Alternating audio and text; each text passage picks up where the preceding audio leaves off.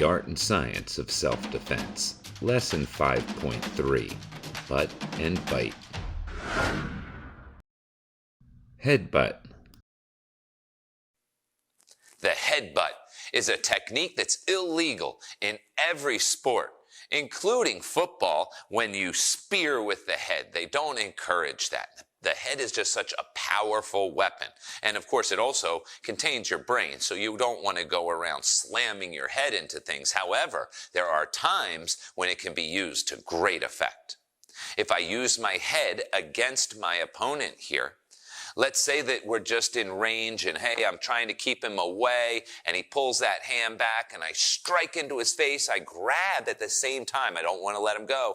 And then, wham, I'm going to slam my head into his face, into the delicate bony structures here of his face, not his forehead. Forehead to forehead, that's hard against hard, right? We're not rams. We're not trying to prove something here. I'm trying to do some damage. The zygomatic arch, or the cheekbone right here, is an excellent target for this, as is the nose. The mouth is okay, but it has teeth in it, and I really don't want to go home with one of his teeth embedded in my forehead, so I'm going to try to avoid that if I can. But once you've got the opponent's head, and this again comes into clinch work, wham, you could strike with your head, and watch how I do this. I drop my chin, and I strike through my eyebrows, striking up and driving my forehead into the target. Oh, hold on a sec. I have Bob over here. Hey, Bob, how you doing? Oh, Bob, please, no, don't attack me. And you slam your head into the target. If Brian were grabbing me from behind, pinning my arms, I can slam my head backwards into his face. If you've ever had a baby sitting on your lap throw its head back and hit you in the nose, that almost breaks your nose. So you could imagine the bad intention and the force driving through from someone who's scared. Wham, slam, kick, and run away. So you learn how to use your head. Up here, the top of the forehead. You could also use the back of the head. Oh. Oh. Practice striking to a pillow or a cushion until you feel like you can present the right surface. And then if you ever need to, you can put your head to good use. Biting. In 1997, professional boxer Mike Tyson bit Evander Holyfield's ear during a world championship match, getting disqualified from the fight, but proving how effective biting could be during a fight. Let's take a look at how we might use biting in self-defense. Anj is facing away from an attacker. She doesn't see him come up behind her, and he slaps his hand over her mouth to keep her quiet. Well, she manages to get the tissue of the finger into her mouth, and she bites down as hard as she can right there, inflicting enough pain that hopefully he'll let go, and she can follow up with other techniques, or she could run away.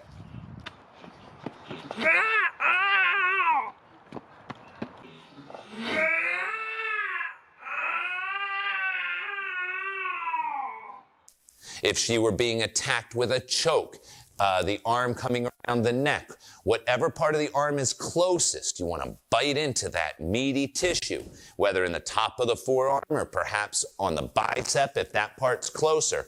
Bite down hard, and as soon as they let go, remember, this is not a fight ender. This is just a distractor. So for a second, you've got their attention somewhere else. You need to follow up. Otherwise, he's going to come back even worse in a second because he's going to be angry. So you need to keep hitting as long as the threat remains. If the threat level is here, your response needs to be here.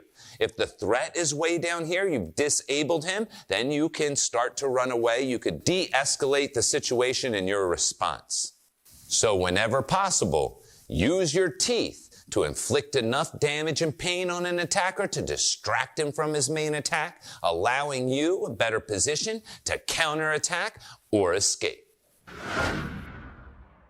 Target practice. It's time to practice for your headbutt and bite. Now, we're not going to do any biting because we do enough of that when we eat. You have strong jaw muscles. They're able to rip through flesh. And you could just imagine if I came behind Anj, threw it on that rear naked choke, she's going to pull that arm. Oh, and just lay right into that bicep and take a hunk right out of there. So we don't need to practice that part, but we do need to practice headbutting. It doesn't come nearly as naturally as biting. When I look at an opponent who's taller than me, it's very simple for me to get my forehead aligned with his face so that I could drive my forehead into his head. But if I had a shorter opponent, you can see it's much more difficult for me to get my forehead to the face, especially because when people fight, they do exactly what Anj just did. They drop their chin. Whether they're a trained boxer or they're just coming in throwing haymakers, they protect that throat and drop the chin. So in this case, in order for me to headbutt her, I'd really have to have her head driven backwards, maybe with a tiger claw, and then I could strike. But even then, it's risky because if she drops her head just in time, I'm going to end up being the one headbutted. So I'm just going to practice her headbutt. And on me, it would be very easy. I grab her. She just reaches up, tiger claws, or grabs that face, that head, oh, and she can slam right into that delicate bone structure, the zygomatic arch here, the cheekbones, the nose, very vulnerable to attack. But she needs to practice actually striking something, and I don't want her hitting me. So she's just got a water bottle, and she's going to align her head by dropping her chin, and then she smashes it not into her nose, right? We don't want to be into the nose or eyes. In fact, I'd say right now, this is perhaps not the right angle because my head is up here. So I would actually have her hold it up here where, oh yeah, right there. Now she can imagine striking that target and headbutting it. Now I can hold it. She can grab my arm as though it were my neck. Oh, and smash right into that target, and it's not going to affect her brain or give her any sort of a concussion because water bottle's soft. If you find that you have a water bottle with thick plastic, don't use it. Use something that's softer. It don't have a lot of pressure inside the bottle, right, so that it can squish and compress easily. Your homework for lesson 5.3 is to practice biting, usually to break a hold, practice headbutting, and to work power for your headbutt, strike to an empty water bottle. As you train, remember, headbutt through your eyebrows to strike with the top of your forehead, or butt with the back of your head.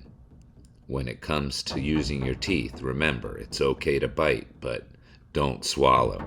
Joking, but not joking.